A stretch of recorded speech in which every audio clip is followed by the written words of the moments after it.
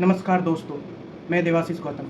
स्वागत है आप सभी का हमारे चैनल में। आज 11 जुलाई यानी आज से ठीक 29 साल पहले बिहार में कुछ ऐसी घटना घटी जाति के नाम पर। ऐसे लोगों ने इस घटना को अंजाम दिया जो वहाँ के सामंती लोग थे, जो वहाँ के ज़मींदार लोग थे। जी हाँ, मैं आज बात करने वाला हूँ बिहार के भोजपुर ज़िले में हुई हत्याकांड के बारे में, जिसको हम बथानी टोला नरसंहार के नाम से भी जानते हैं। आज से ठीक 29 साल पहले 1996 में ये घटना को अंजाम दिया गया था।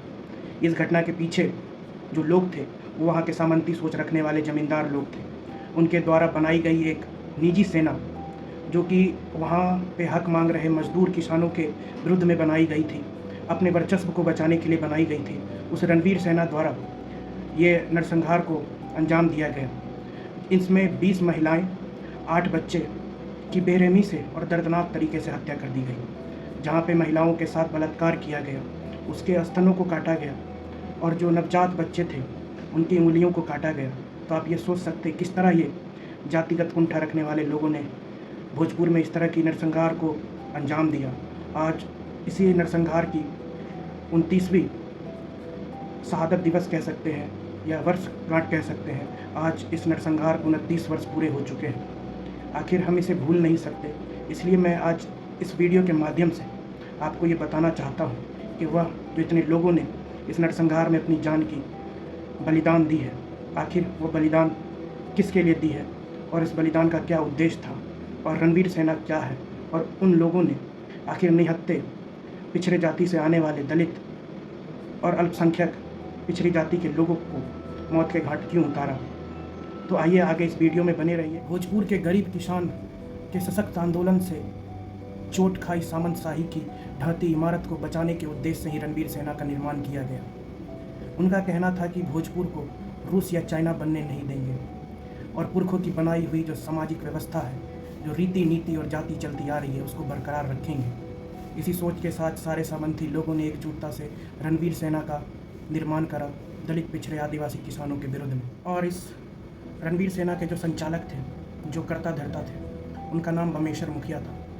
उन्होंने ही इस रणवीर सेना का शुरुआत करा था और उन्होंने ही इस सेना और निजी सेना को प्रतिनिधित्व की थी। और इसी सेना ने 11 जुलाई 1996 को भोजपुर के बथानी टोला में ये नरसंहार करा, जिसमें बहुत ही दर्दनाक तरीके से दलित, पिछड़े और वहाँ पे आने वाले तमाम मेहनतकश किसान, मजदूर, खेतिहर मजदूर को मौत के घाट उतारा, क्योंकि यह उनके खिलाफ एक विद्रोह कर रहे थे, उनके सामंती सोच के खिलाफ विद्रोह कर रहे थे कि आखिर सारे संसाधनों पे किसी विशेष वर्ग का अधिकार क्यों होगा। बिहार के लोग, भोजपुर के लोग उस समय वहाँ के आंदोलन से, वहाँ के वामपंथियों द्वारा चलाए गए आंदोलन से प्रभावित थे और अपने हक और अधिकार की लड़ाई को लड़ रहे थे, जिस वजह से सामंती सोच रखने वाले ज़मींदारों की जो बनाई हुई व्यवस्था थी वो बिगड़ती नज़र आ रही थी, जिस वजह से उनके पूरे समाज में खलबली मच गई थी और वह यह देख नहीं सकते थे कि उनके बनाए हुए व्यवस्था में जो लोग सबसे हाशिए पर हैं, जो लोग सबसे निचले पायदान पे हैं, वो अपना हक अधिकार मांग के हमारे बराबर बैठना चाहता है। आखिर यह क्यों हमारे वर्चस्व को ख़त्म किया जा रहा है। जिस वजह से उन्होंने निहत्थे लोगों के विरुद्ध में, जिनके पास ना कोई संसाधन है, ना रहने को कोई ज़मीन है, ना खेत करने को कोई ज़मीन है, उसके विरुद्ध में एक निजी सेना बनाई। सारे हथियारबंद लोग, सारे प्रशासन, सरकारी ताकतों, सबके साथ रणवीर सेना और दूसरे तरफ निहत्थे, कमज़ोर, भूमिहीन किसान, मजदूर, खेतिहर मजदूर, दलित, पिछड़े, आदिवासी, अल्पसंख्यक लोग जो अपने संघर्षों की लड़ाई लड़ रहे थे, जो अपनी वजूद की लड़ाई लड़ रहे थे, जो अपनी मान सम्मान की लड़ाई लड़ रहे थे। यह केवल कोई राजनीतिक लड़ाई नहीं, यह नरसंहार तक ये मामला इसलिए पहुंचा क्योंकि ये एक क्रांति की लौ थी जो वहाँ के मजदूर किसानों ने जगाई थी। भोजपुर के स्थानीय कोर्ट ने यह फैसला सुनाया कि उस दिन की नरसंहार को देखते हुए, बथानी टोला नरसंहार को देखते हुए रणवीर सेना से संबंधित 20 लोगों एवं 4 लोग को फांसी सुनाया गया। 20 लोगों को आजीवन कारावास की सज़ा दी गई।